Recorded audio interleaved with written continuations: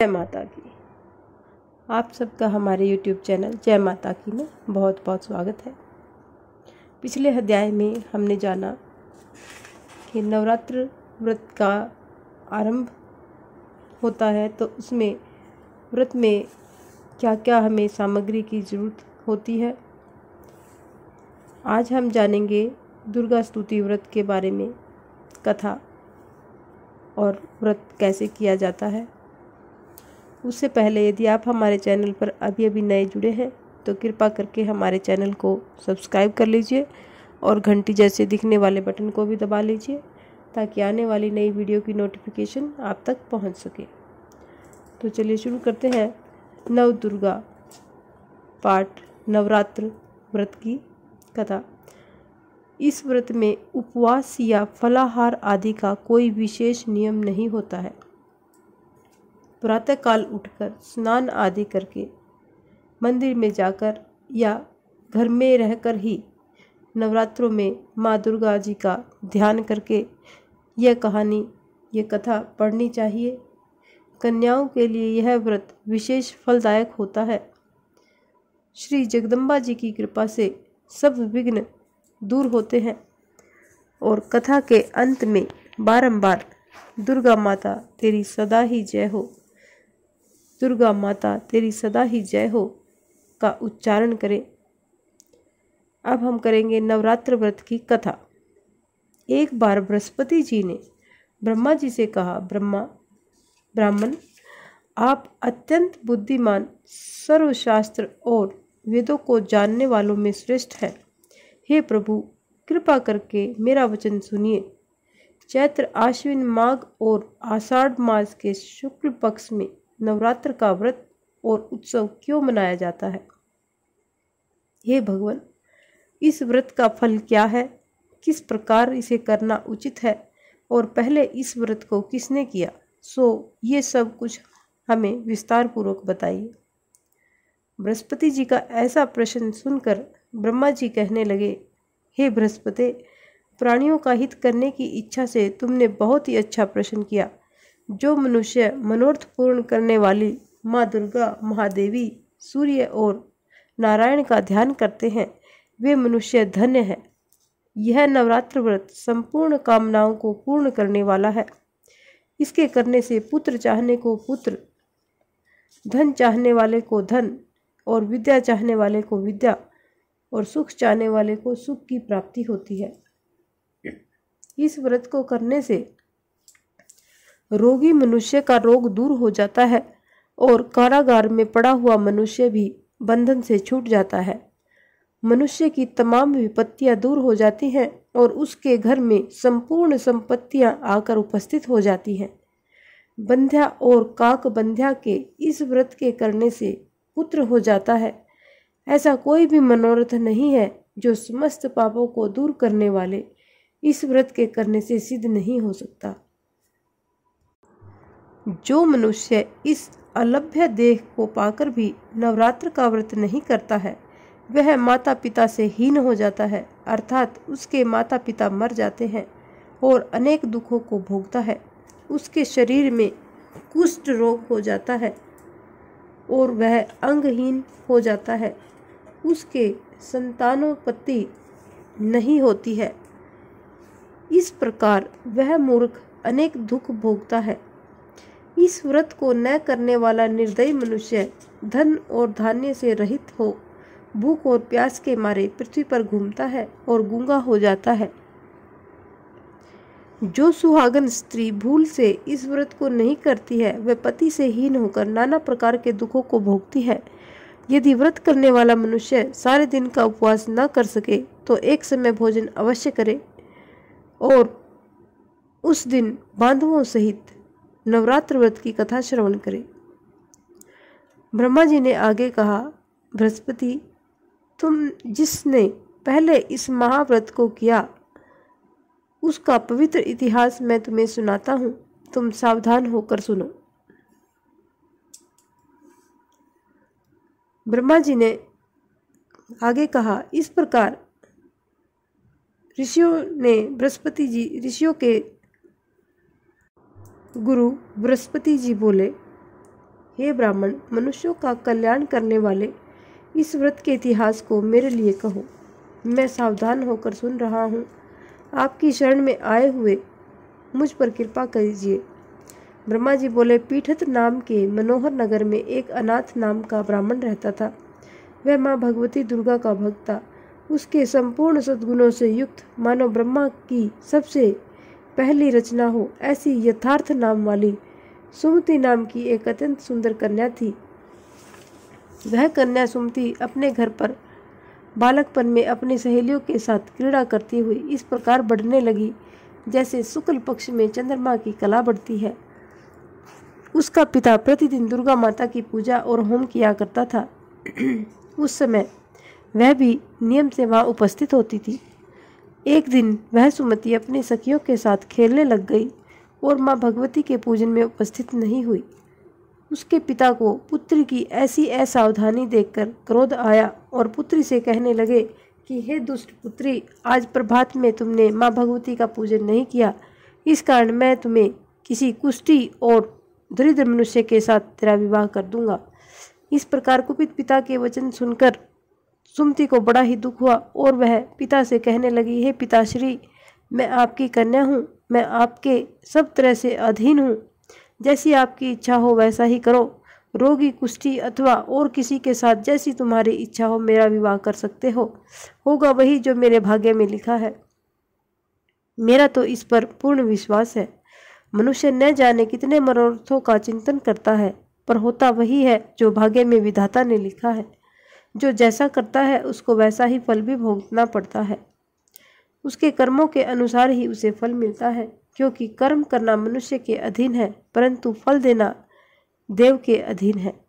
जैसे अग्नि में पड़े हुए तृण आदि उसको अधिक प्रदीप्त कर देते हैं, ठीक उसी तरह से अपनी कन्या के ऐसे निर्भयता से कहे हुए वचन सुनकर उस ब्राह्मण को और भी अधिक क्रोध आ गया। तब उसने अपनी कन्या का विवाह एक कुष्ठी के साथ कर दिया और अत्यंत क्रुद्ध होकर पुत्री से कहने लगा कि जाओ जाओ, जल्दी जाओ और अपने कर्म का फल भोगो। देखे कल केवल भाग्य के सहारे रहकर क्या करती हो। इस प्रकार से कहे हुए पिता के कटु वचनों को सुनकर सुमति अपने मन में विचार करने लगी कि हो, मेरा बड़ा दुर्भाग्य है जिससे मुझे ऐसा पति मिला। इस तरह अपने दुख का विचार करती हुई वह सुमति अपने पति के साथ वन में चली गई और भयानक वन में कुशायुक्त उस स्थान पर उन्होंने वह रात बड़े कष्ट से व्यतीत की। उस गरीब बालिका की ऐसी दशा देखकर माँ भगवती पूर्व पुण्य के प्रभाव से प्रकट होकर सुमति से कहने लगी, हे दीन ब्राह्मणी, मैं तुम पर प्रसन्न हूँ। तुम जो चाहो वरदान मांग सकती हो। मैं प्रसन्न होने पर मनवांछित फल देने वाली हूँ। इस प्रकार माँ भगवती का वचन सुनकर ब्राह्मणी कहने लगी कि आप कौन है जो मुझ पर प्रसन्न हुई है, यह सब मेरे लिए कहो और अपनी कृपा दृष्टि से मुझ दीन दासी को कृतार्थ करो। ब्राह्मणी का ऐसा वचन सुनकर देवी कहने लगी कि मैं आदिशक्ति हूँ और मैं ही ब्रह्मा, विद्या और सरस्वती हूँ। मैं प्रसन्न होने पर प्राणियों का दुख दूर कर उनको सुख प्रदान करती हूँ। हे ब्राह्मणी, मैं तुझ पर तेरे पूर्व जन्म के पुण्य के प्रभाव से प्रसन्न हूँ। तुम्हारे पूर्व जन्म का वृत्तांत सुनाती हूँ, ध्यानपूर्वक सुनो। तू पूर्व जन्म में निषाद यानी भील की पत्नी थी और अति पतिव्रता थी। एक दिन तेरे पति निषाद ने चोरी की। चोरी करने के कारण तुम दोनों को सिपाहियों ने पकड़ लिया और ले जाकर जेल खाने में कैद कर दिया। उन लोगों ने तेरे को और तेरे पति को भोजन नहीं दिया। इस प्रकार नवरात्र के दिनों में तुमने न तो कुछ खाया और न ही कुछ जल पिया। इसलिए 9 दिन तक नवरात्र का व्रत हो गया। हे ब्राह्मणी, उन दिनों में जो व्रत हुआ उस व्रत के प्रभाव से प्रसन्न होकर मैंने तुम्हें मनवांछित वस्तु देने का सोचा है और तुम अपनी मनवांछित वस्तु ले सकती हो। तुम्हारी जो इच्छा हो सो मांग लो। इस प्रकार दुर्गा माता के कहे हुए वचन सुनकर ब्राह्मणी बोली कि अगर आप मुझ पर प्रसन्न हैं तो हे माँ दुर्गे, आपको मैं प्रणाम करती हूँ। कृपा करके मेरे पति के कोढ़ को दूर कीजिए।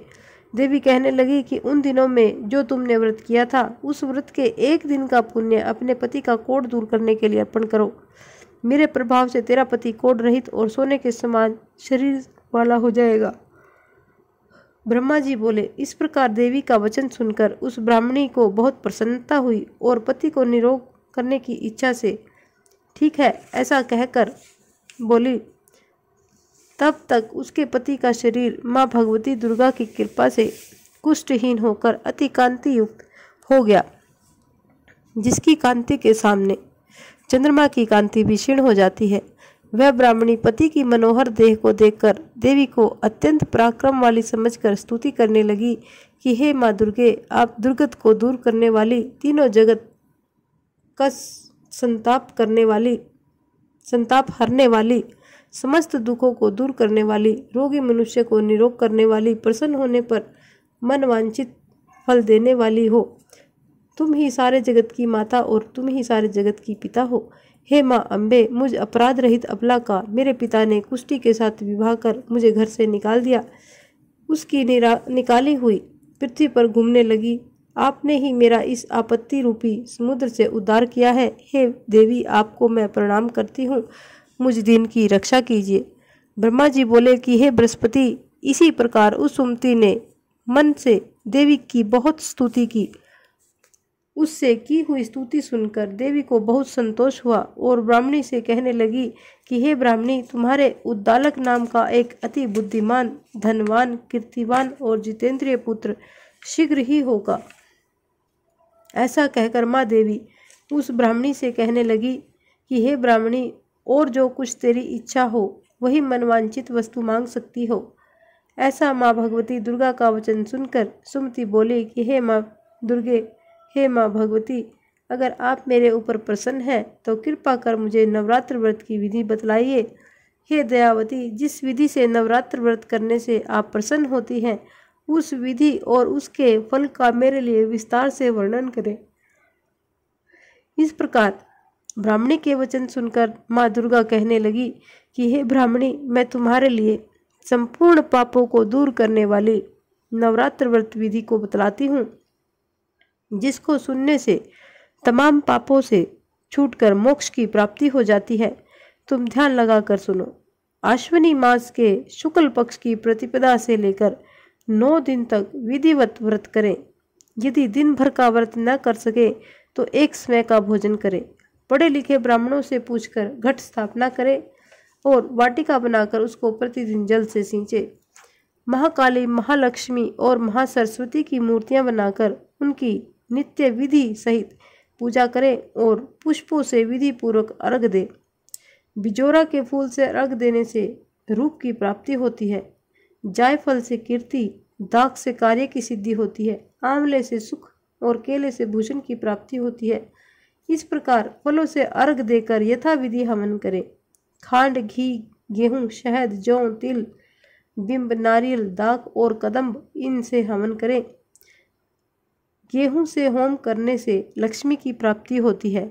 खीर व चंपा के पुष्पों से धन और पत्तों से तेज और सुख की प्राप्ति होती है। आंवले से कीर्ति और केले से पुत्र की प्राप्ति होती है। कमल से राज सम्मान और दाखों से सुख संपत्ति की प्राप्ति होती है। खांड, घी, नारियल, शहद, जौ और तिल, इनमें से तथा फलों से होम करने से मन वांछित वस्तु की प्राप्ति होती है। व्रत करने वाला मनुष्य इस विधान से होम कर आचार्य को अत्यंत नम्रता के साथ प्रणाम करे और यज्ञ की सिद्धि के लिए उसे दक्षिणा दे। इस महाव्रत को पहले बताई हुई विधि के अनुसार जो कोई भी करता है उसके सभी मनोरथ सिद्ध हो जाते हैं। इसमें तनिक भी संशय नहीं है। इन 9 दिनों में जो कुछ दान आदि किया जाता है उसका करोड़ों गुना फल मिलता है। इस नवरात्र के व्रत को करने से ही अश्वमेघ यज्ञ का फल मिलता है। हे ब्राह्मणी, इन संपूर्ण कामनाओं को पूर्ण करने वाले उत्तम व्रत को तीर्थ, मंदिर अथवा घर में ही विधि के अनुसार करें। ब्रह्मा जी आगे बोले, हे बृहस्पति, इस प्रकार ब्राह्मणी को व्रत की विधि और फल बताकर माँ देवी अंतर्ध्यान हो गई। जो मनुष्य या स्त्री इस व्रत को भक्ति पूर्वक करता है वह इस लोक में सुख को पाकर अंत में दुर्लभ मोक्ष को प्राप्त होता है। हे बृहस्पति, यह दुर्लभ व्रत का महात्म्य मैंने तुम्हारे लिए बतलाया है। ब्रह्मा जी के वचन सुनकर बृहस्पति जी आनंद के साथ रोमांचित हो गए और ब्रह्मा जी से कहने लगे, हे ब्रह्मा जी, आपने मुझ पर अति कृपा की जो अमृत के समान इस नवरात्रि व्रत का महात्म्य सुनाया। हे प्रभु, आपके बिना और कौन इस महात्म्य को सुना सकता है। ऐसे बृहस्पति जी के वचन सुनकर ब्रह्मा जी बोले, हे बृहस्पति, तुमने सब प्राणियों का हित करने वाले इस अलौकिक व्रत को पूछा है, इसलिए तुम धन्य हो। यह भगवती शक्ति संपूर्ण लोगों का पालन करने वाली है। इस महादेवी के प्रभाव को कौन जान सकता है। इस प्रकार ये हमारी नवरात्र व्रत की कथा यहीं पर संपूर्ण होती है। अगर आपको हमारी ये कथा कहानी पसंद आती है तो कृपा करके हमारे चैनल को लाइक करें, सब्सक्राइब करें और अपने दोस्तों और मित्रों में आगे भी शेयर करते रहें। धन्यवाद।